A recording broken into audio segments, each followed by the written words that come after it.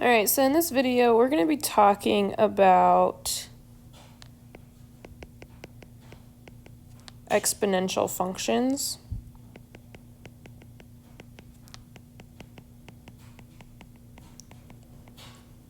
And so first we're going to talk a little bit about scientific notation.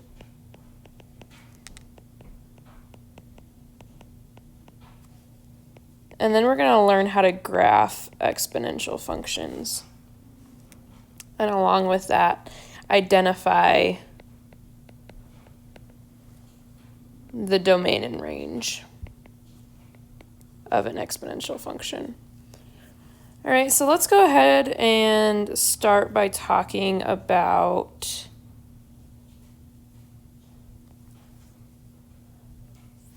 scientific notation.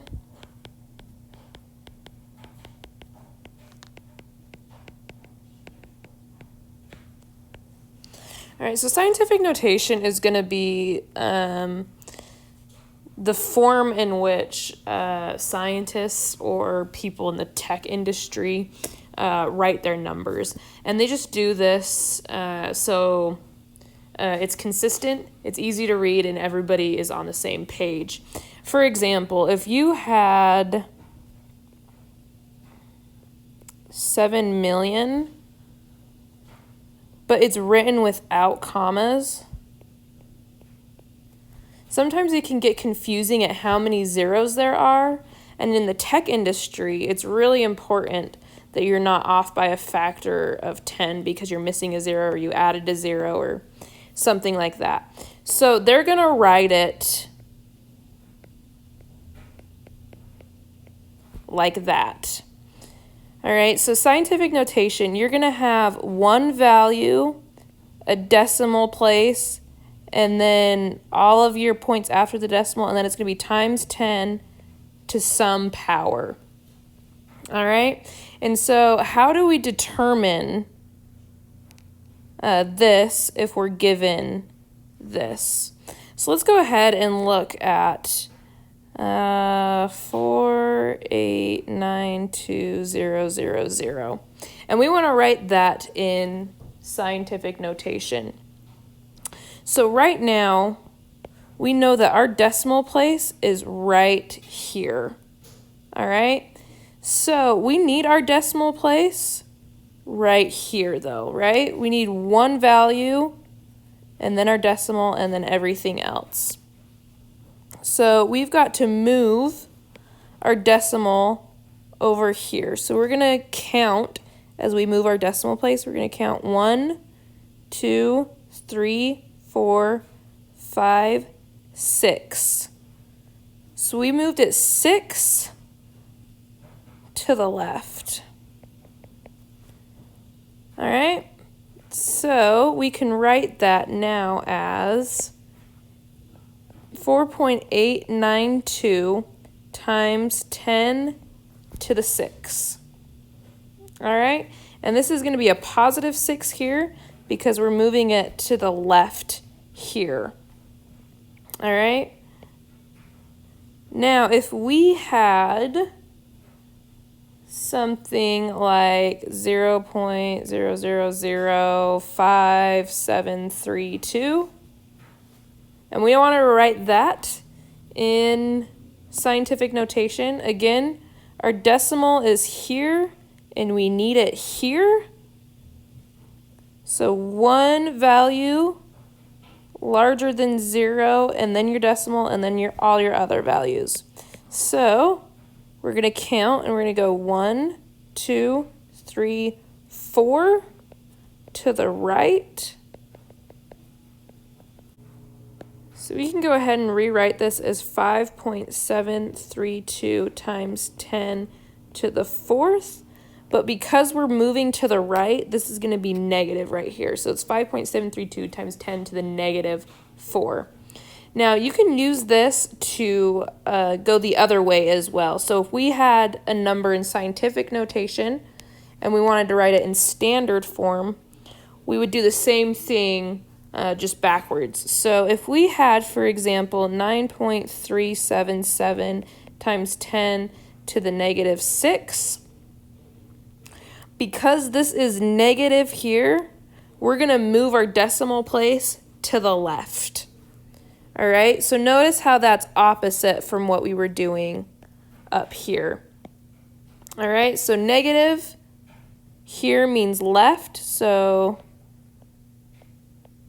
we're going to go 1, 2, 3, 4, 5, 6, and we're going to fill in our spaces with zeros.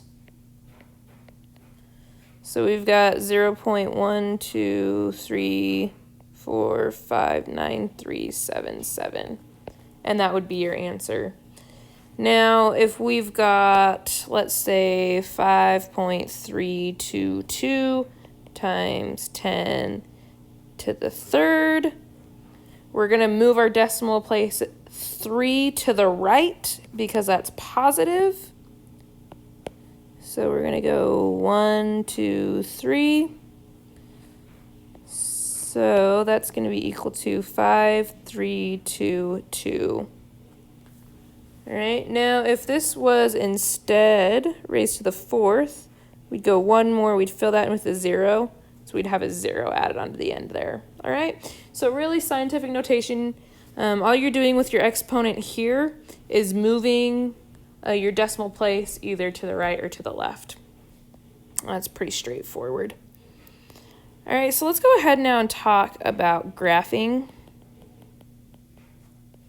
Let's go ahead and start with an example. Let's just say we're going to graph y equals, let's say, 1/3 raised to the x power. The first thing you're going to want to do is going to be to create a table of values. So we're going to have x values and y values, and these are going to give us points to plot on our graph. So let's just start with,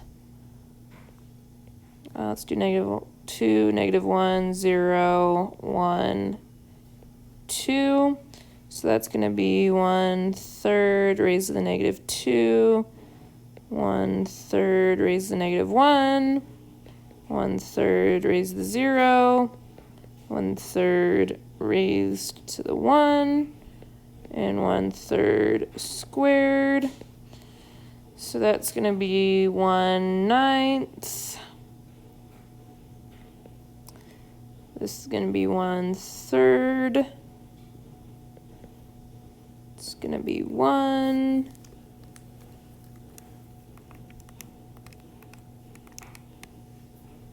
That's going to be 3.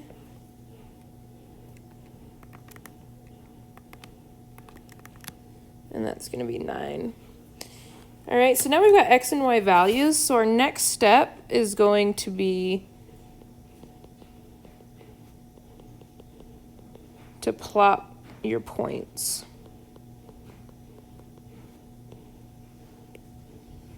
All right, so we'll draw our coordinate plane. So we're going to have -1, 2, 9, 1, 2, 3, 4, 5, 6, 7, 8, 9. -1, 3. 0, 1. 1. 1/3. Right there. And then 2, 1/9, which is pretty close to 0. And then step 3,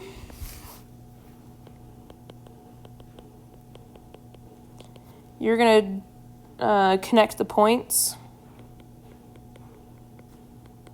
with a smooth curve. So we'll just come in here and we'll go